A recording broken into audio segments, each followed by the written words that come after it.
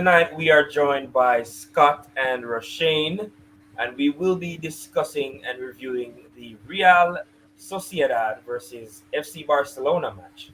We were playing away at La Anoeta, a very, very difficult stadium to play in. We want to, of course, start off by talking about the team's overall performance using statistics, not necessarily, again, the most accurate measure of the true reflection of the game, but it definitely does tell us a little bit about what happened and how things progressed from first half to second half. A very poor start though from us, in comparison to how we finished the game. Would you say, Scott? Yeah, I would actually totally agree. This game actually kind of fits that old football cliche of it being a game of two halves, kind of thing. We started the game really well, got that early goal, and you kind of thought we would push on from there. But in terms of how the first half really transpired, when you were looking at the way we were playing, you got the impression that the team just seemed very unfamiliar with the system at play. It was clear that the team wasn't very comfortable with the ask of the manager, what they were being asked to do, especially without the ball. There were some clear deficiencies with how we were defending the space, and what pressing triggers we were trying to identify in terms of when to press, when to drop, when to fall back into shape. It all seemed a little bit disjointed. On paper, it looked like a back three, and there are a lot of times you saw Ronald Araujo kind of providing width on the right hand side, and you're wondering what's his role, and that kind of left us a bit exposed from time to time, and that you can kind of see that the majority of the chances that they had throughout the game was kind of in the first half, but when we tweaked it in the second half, brought on the changes, you saw a really different sort of Barcelona. And you mentioned the stats too. The stats don't really mirror what the scoreline would suggest as well. But when you have the firepower that we have, then anything is always possible. So stats, again, 9/10 of the law don't necessarily mean anything. The most important thing was the 3 points, the positive performance. Lewandowski, the birthday boy, getting off with 2 goals. That's right. Can't argue with that. Can't argue with that. Definitely. 60% possession, as you said, but not necessarily a reflection of our ability to dominate the game. You rightfully said a game of two halves, and if it were just played in the first half, chances are we would have either, you know, with the halftime score being level, drew that game or lost that game. I mean, we, struggled to get any sense of control. There are points in time when, we were under constant barrage or siege of attacks from, the midfield and the forward line of La Real. Like, understanding what was being asked of them, they all seemed like mentally they were in different places. So Yeah. it's good that it really came together eventually. Um, you mentioned something important, Araujo. We talked about the fact that we didn't really necessarily like him playing as a fullback or a right back for any measure of time in the game, and with again that formation that the coach selected, 3-4-3, we saw where Alejandro Balde would have been providing that width on the left hand side and adding numbers to attack, and of course, in instances where he would be able to get back, running back to defend. But there were times when, because of, especially in conceding the first goal, because of the lack of personnel around the defense, there were a lot more spaces available for Sociedad to attack. So, many people were getting caught out, or, just not quick enough to react or to be in a position to successfully defend and clear the ball. Arojo being one of those persons. Rashane, what are your thoughts? You could say that he wasn't necessarily in his comfort zone during Yeah, that part of the match. I mean, we should take into consideration that Sociedad is a very proficient midfield playing team. The midfielders are very good with the ball. I mean, David Silva in particular. um, Mikel Merino as well. And so, it is uh, inevitable that we would go up against teams that have players that can hurt us in the midfield. I mean, we're not in the era of the gods anymore, where we will be dominating. So it's something that we may get used to. I think that with all of the options that we have this season, it might take a while for us to figure out what is the most optimal 11. I mean, there's so many, there's so little in terms of um, overall quality between the players. I mean, you have some players that are obviously different from others. I think it's going to Yeah. take a while before we find out what exactly is the optimal option for us. I mean, we just have to see how it goes. Well, be thankful for the 3 points and the 4 goals, of course.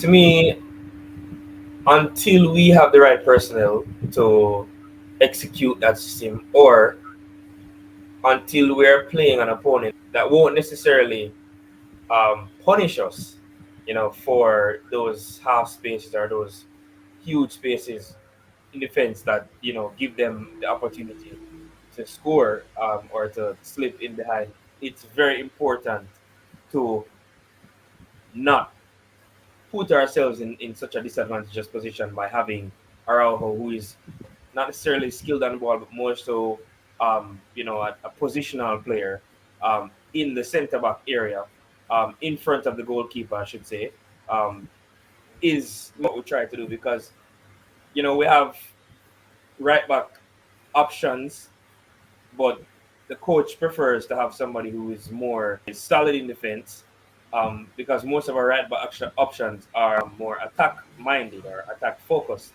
and we don't necessarily have a profile that suits both aspects of the game. So it's very important to know which opponents to utilize a back three against, and then who to select in a back three system. So the first goal, Frankie De Jong is most pointed at for conceding that goal. Some people say, Garcia didn't do well enough as well, in the tackle right before the shot. Um, but that was a striker's goal. That was a really clinical finish. Almost three defenders um, being ran past, and then the goalkeeper was beaten. Is Frankie De Jong to blame for that goal? I would certainly say so. Um, which and it kind of pains my heart to say that because and I will have no Frankie slander on this podcast. I I am actually wearing a Frankie jersey. That's right. Yes, that's That's right. right. I have high ratings for this player. I still think that he has a huge role to play for us moving forward. As long as we can get a clearly defined role for him. However, he is definitely at fault for this particular goal.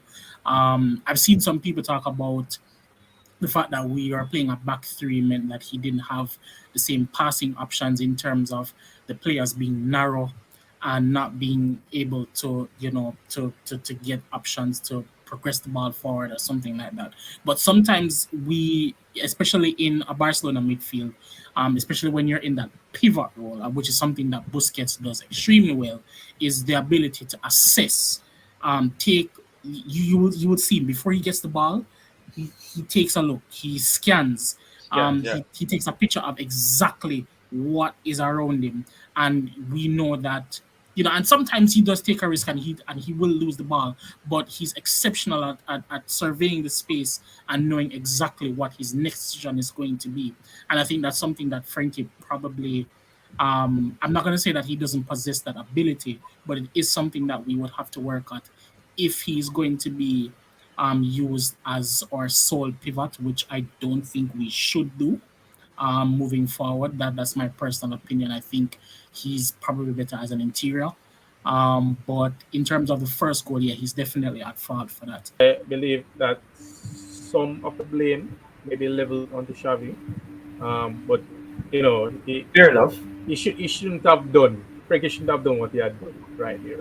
You know, it's Well, what I saw, right, because I looked at the goal quite a few times, it wasn't necessarily an advantageous position to be in because, of course, he was also trying to play or advance from the back.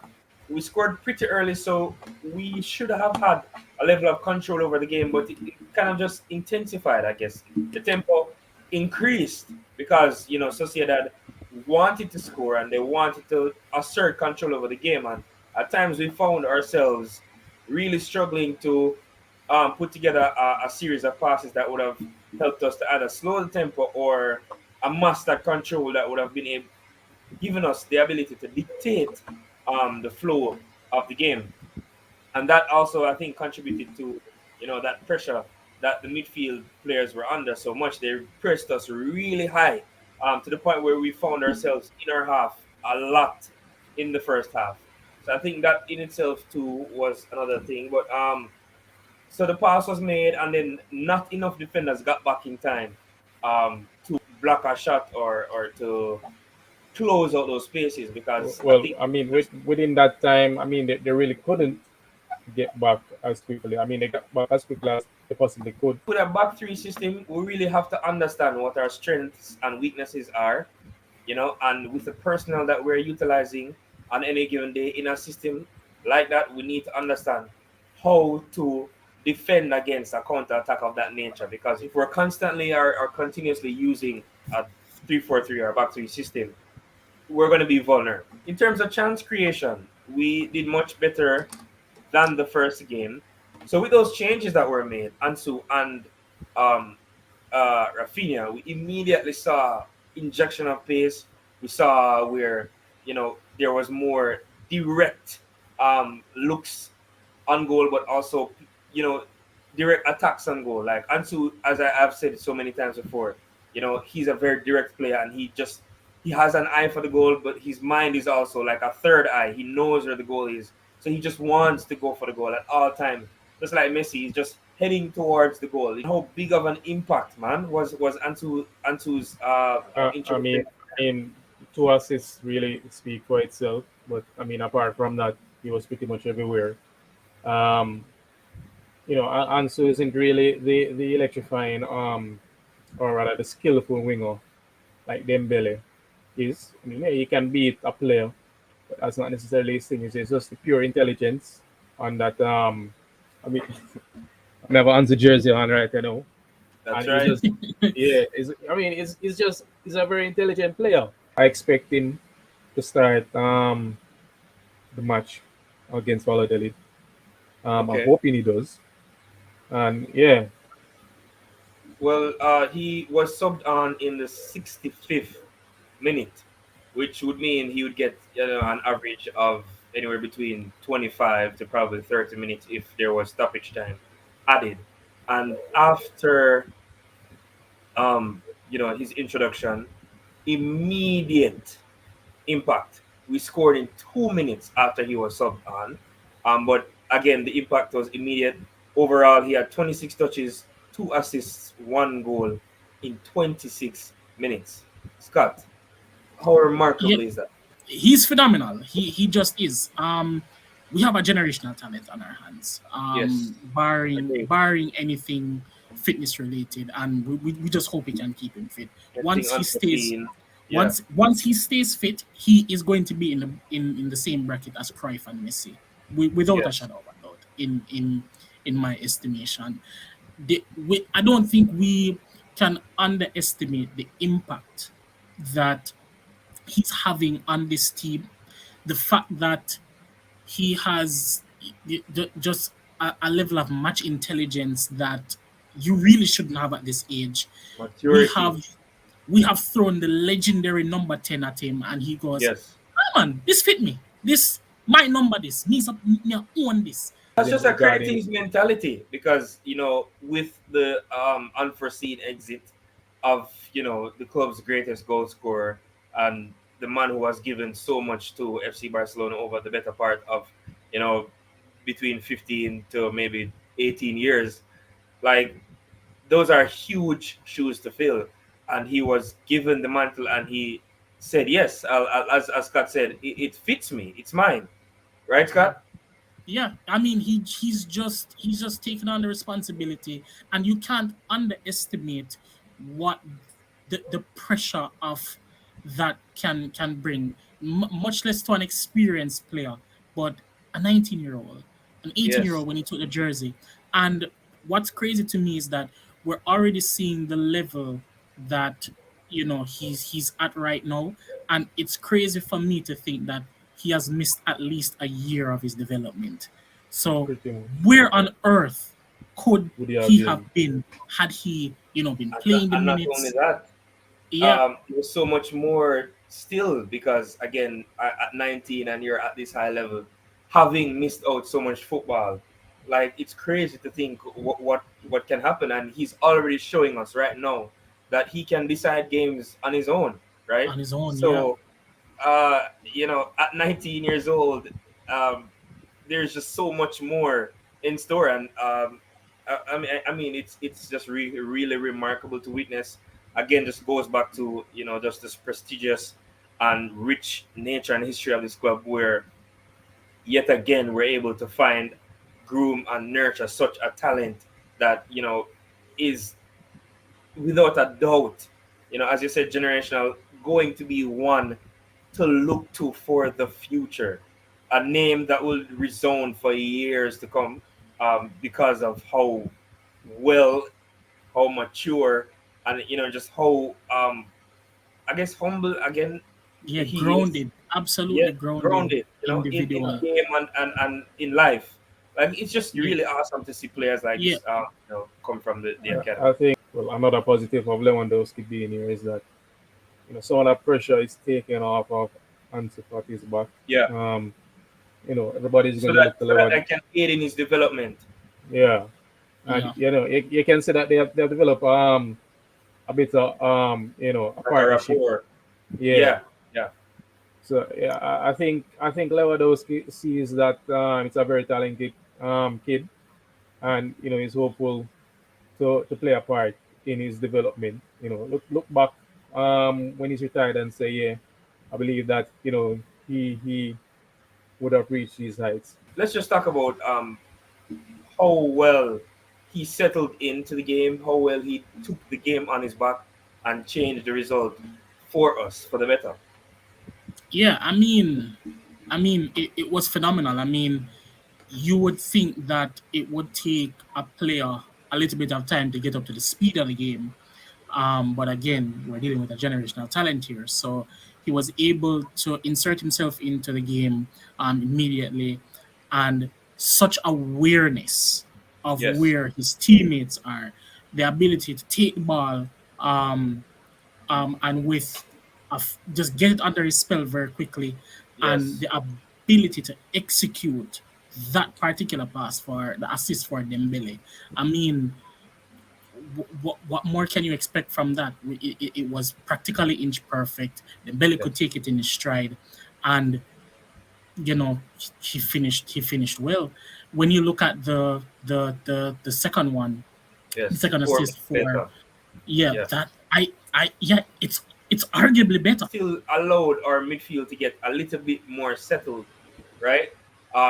We started to see where Gavi showed signs of himself and started to come into the game a little bit more. And with the control that we had over the game, getting two quick fire goals, we saw where the team kind of settled a little bit. Frankie and Pedri and Gavi started to do more of what they were used to, because we were more in control. So with those goals that Ansu Ansu brought, and those two goals giving us that control, I just want to understand, like, how important were those goals in getting everybody else, especially the midfield, settled in the game so that we could see the game out. Tactically, I think it was an interesting move from Xavi in terms Get of those two. how the substitutes impacted the game. Ansu was very central. He wasn't really, if he was, the closest thing you could say is that he was occupying the half space, but he was really close to Lewandowski in terms of positioning, and you could see that in terms of you know where his assists came from. His assists were central. and Yeah. not necessarily drifting in from the wide or anything like that. And we found, and I think we also have evidence as to how Rafinha and Dembele could work in the team. Rafinha Yeah. has to play from the right and Dembele has to play from the left. That's where Dembele got his goal as well. Luckily for us, we possessed the firepower, even though we didn't necessarily create the mountain of chances that I think we could have. We were Yeah. still able to get 3 goals in that second half and put the game to bed. So tactically, I think it was very smart from Xavi. It's risky, as he pointed out in his post match press Yeah. conference. But in my estimations, if you have that kind of power, have that kind of firepower, you need to use it, and you need to use it in an effective way. And I think we saw a bit of a blueprint as to what we can expect if we're chasing a game. So what you're Um, saying is a midfield change wouldn't have necessarily been the right thing to do. Instead, go for attack, try to get some goals, and try to win the game. yeah, yeah. I mean, obviously, the issue there also is that even if you put on other forwards, making those changes, um, it was a risk, and it was a risk that paid off. Um, we don't really have creativity in the midfield on the bench, so I think it might have been the best thing for us to do at that particular moment. Um, and putting on Kessie when we were defending the lead in the 85th minute, I think it was also the right thing to do at that particular moment. With that being said, would you say then that we should, in terms of figuring out which midfield system we're utilizing, whether single or double, because this conversation is going to come up until we figure it out. Until I mean, obviously we see that the coach can adapt to the game situation. Should we really be using a single pivot? So, interesting question, and I'll answer that with a visual aid. Um, if this man here, I don't know No, we if it's can't. gonna We can't come up. see. Yes, Oh, man. If no, we if can't. this man here, if this man here is not starting, Yeah. I think it has to be a double pivot. The only question marks I have over Kessié and Frankie Okay. Yeah. is probably both of them.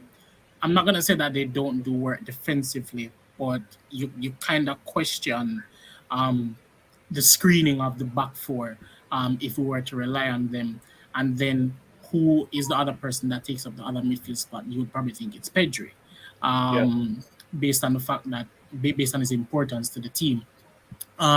In principle, I like that as a double pivot. In practice, I'm not quite sure that Xavi feels comfortable yet Exactly. necessarily having those two as a pairing in the event that Busquets is unavailable. It's just down to personnel availability and also who our opponents are, Yes. because it's not one Exactly. size fits all either. Saw where Pedri won um, 10 out of 12 duels, which was the most for both teams individually.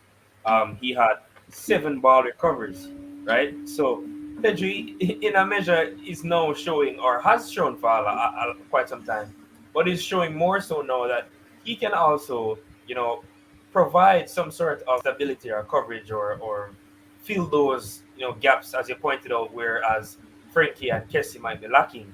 So it's very important to have that right throughout, and especially for forwards who may need to drop back, as you said, like a Lewandowski, who has that ability to link up. It's also very important to have that in the team. So we saw where we were struggling because of Gavi. What do we do about that? What do we do in a situation where Gavi is struggling that much? Do we continue to be stubborn and keep him on the field?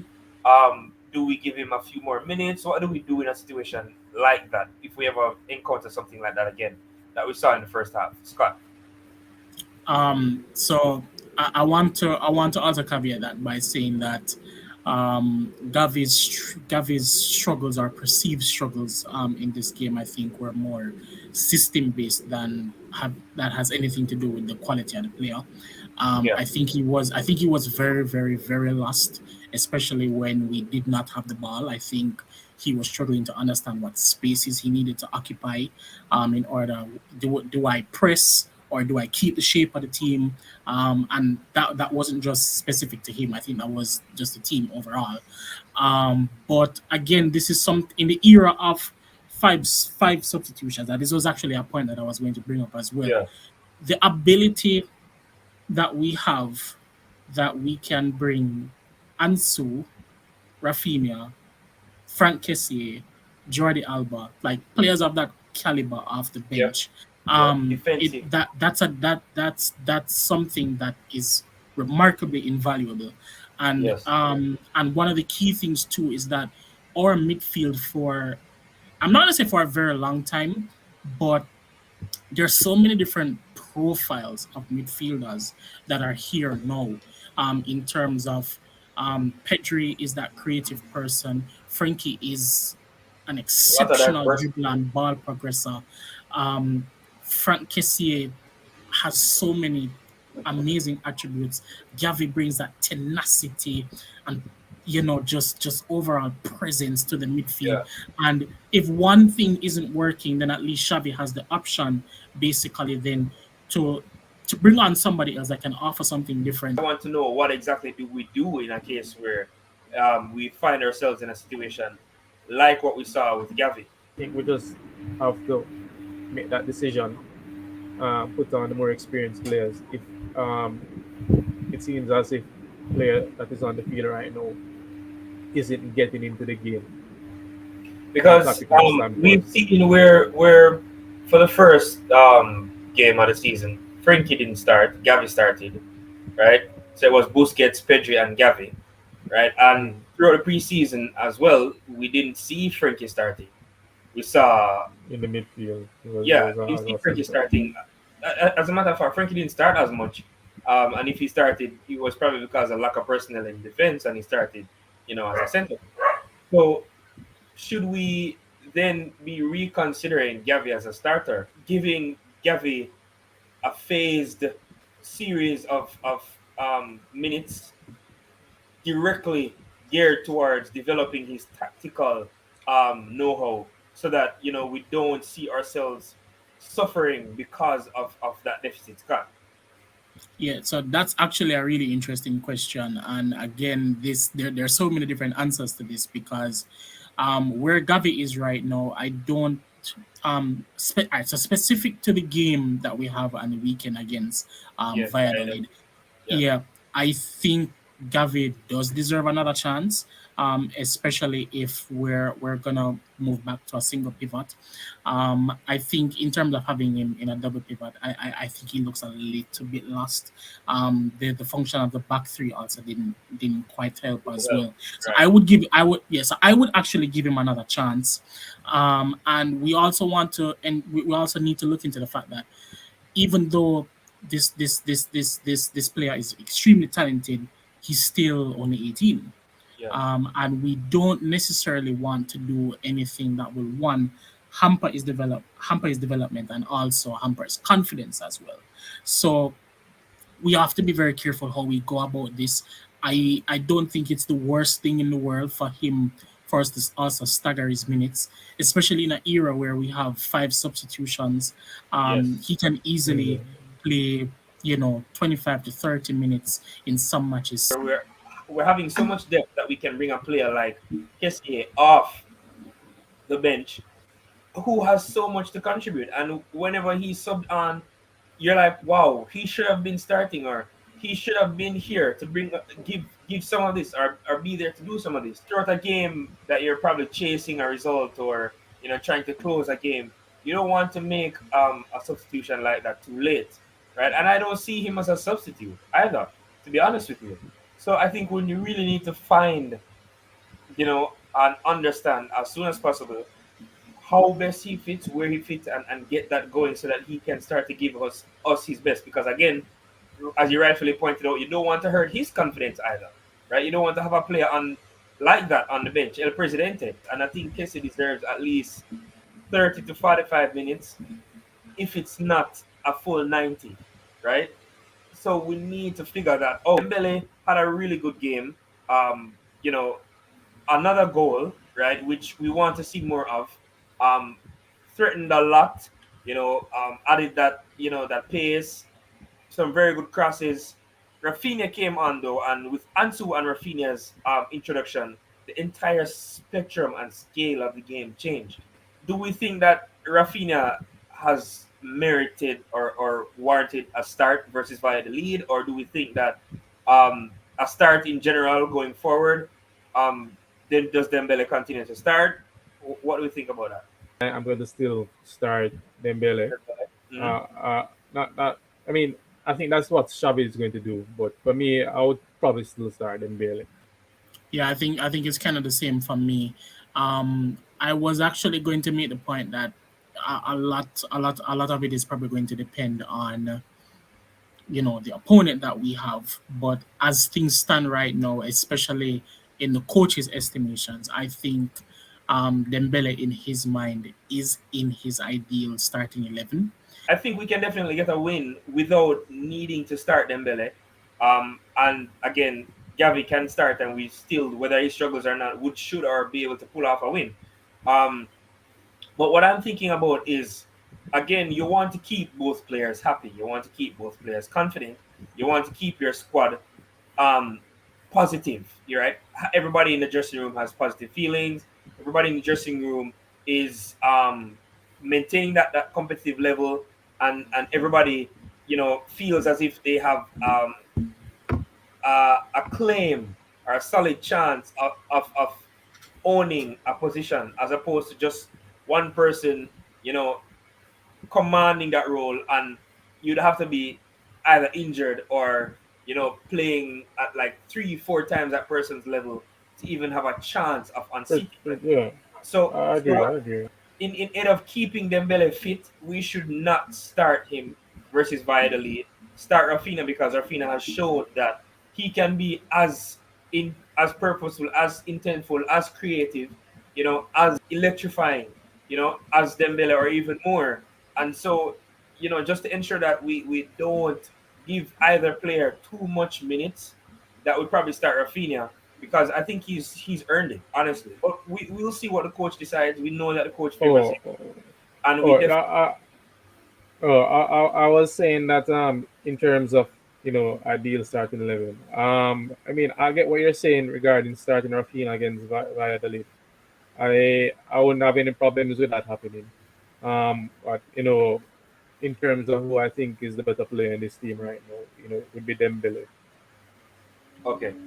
I'm just thinking that again we can get the result without starting Dembele or starting our strongest team because if Dembele is a better player, we don't necessarily need to start Dembele to get a win, right? The quality of the team, especially in midfield, we can get goals from midfield if we want at this point. We can get goals from defense, right? So I think we should definitely give Rafinha a chance to start because he's earned it. We still don't have Jules Kunde in the league, right? He was promised that he would play the first La Liga game. That didn't happen. He was promised that he'd play the second La Liga game. That also hasn't happened. 6 days the window will close. And if we don't register Jules Kunde by the time the window closes, he'll be a free agent. Um, it's clear that the defense needs Jules Kunde, right?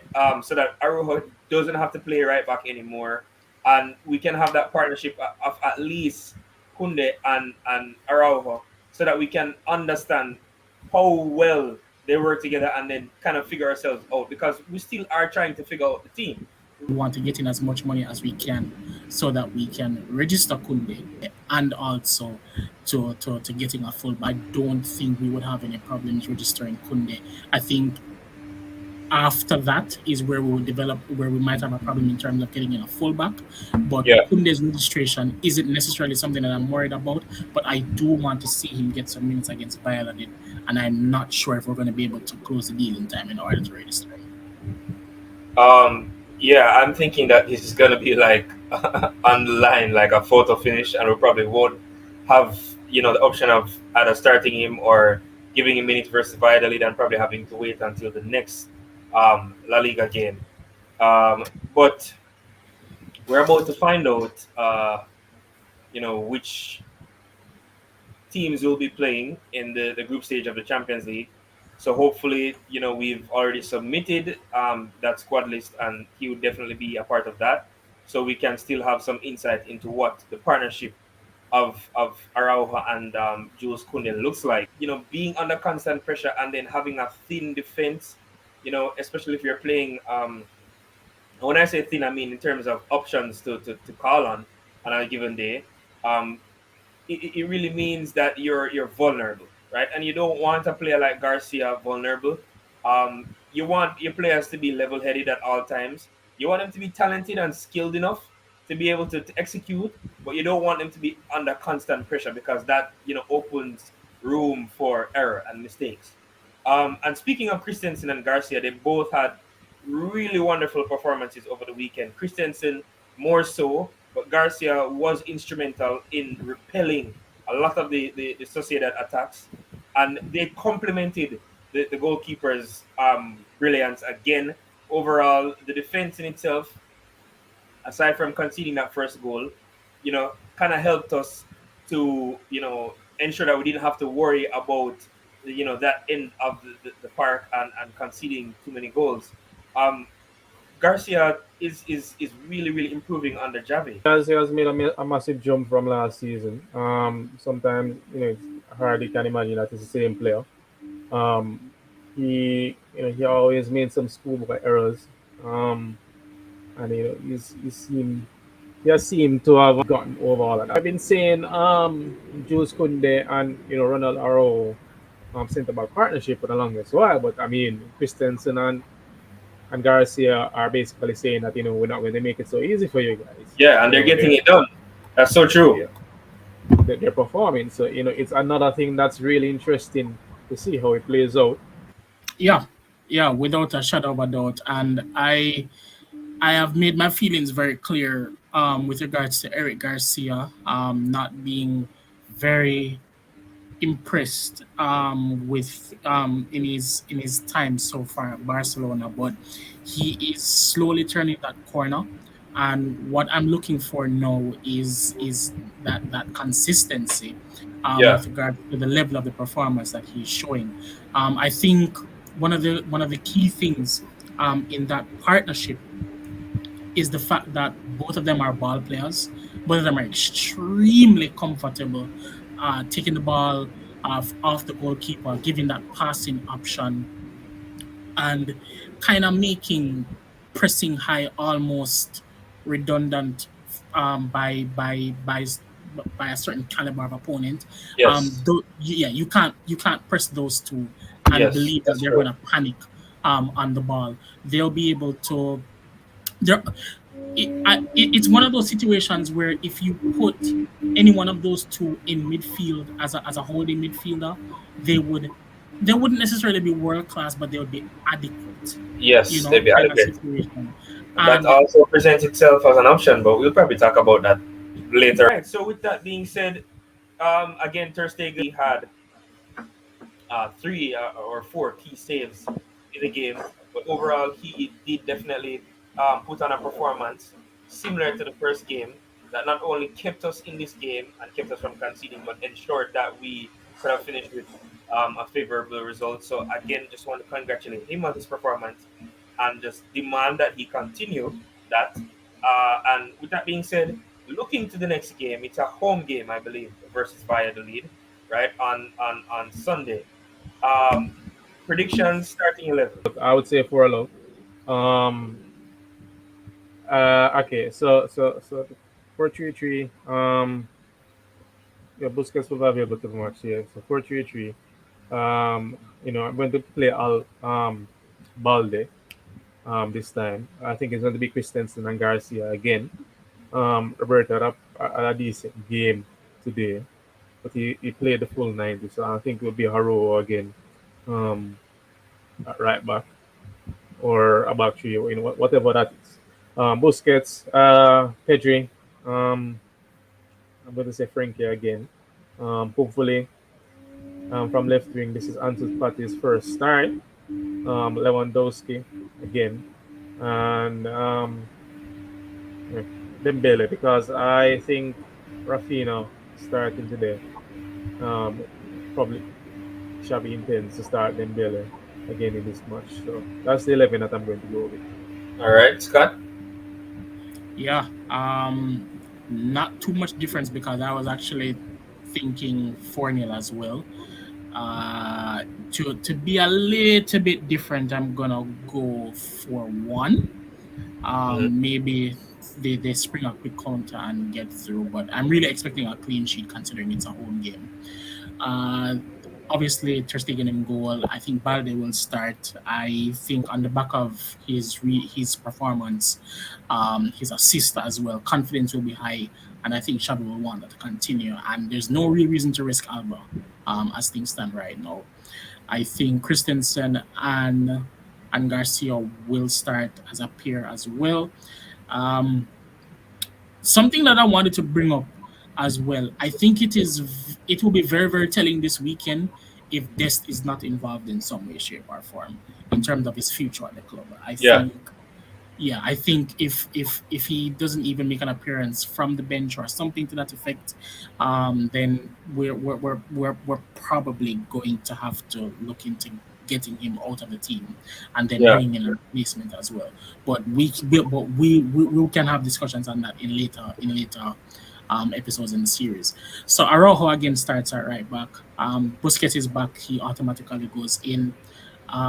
Personally, I want to see a midfield with Pedri and Gavi, but I think Frankie will start. I want to see Ansu, and I'm gonna say that Ansu will start with Lewandowski and Dembele on the right hand side. All right. For me, I would want a clean sheet, definitely, and so I'm gonna say 5 love, right? Could be more than 5, but I'm gonna say 5 love. I believe, the good run of form continues from the forward line, and we'll probably see goals from the midfield. Obviously, Ter Stegen in goal. We're gonna go with the same back four: Balde, Eric, Christensen, Araujo, because again of the doubtful availability of Conde. Um, I'm gonna go with, again, we know Busquets is back, so Busquets, Pedri, and I want to see Kessie start, but we're gonna go with Gavi, right? Because we know Gavi deserves another chance, and of course it's via the lead. He should be able to play there comfortably. That midfield trio as well is the most gelled of the midfielders that we have. I'm gonna go Ansu starts, right? But still minutes restriction, so we don't play him for full 90 minutes. Lewandowski, and I'm going to say Rafinha on the right wing side. Of course, Dembele makes an appearance later on, but I want to see Rafinha start. I believe Rafinha has earned it, and I believe we need to give a rise to seeing what the team looks like when Rafinha starts, right? We can't be too predictable in our selections because of the arsenal that we have and the many weapons that we have. So I'd want to see something like that. But yeah, I think we're just so spoiled for choice that we should be able to get a positive result regardless of which key pieces we have in what area. Hopefully, we close the registration of Conde. We close the fullback areas in terms of getting players who can add, options whether as substitutes or be starters, compete with the starters that we have now, so that we're not stretching the fullbacks too thin in terms of the demands of the season. In terms of Valladolid, it should be another game where we're actually able to assert ourselves as Barca. We're here and we're going to challenge for the league to the point where we want to have a solid lead going into the second half of the season, maybe anywhere between 9 and 12 points lead by January. And then we can definitely focus on, any other competitions that may come our way. But with that being said, gentlemen, thank you so much for your time. And yeah, another great discussion. And we're looking ahead. This Kyle Barca.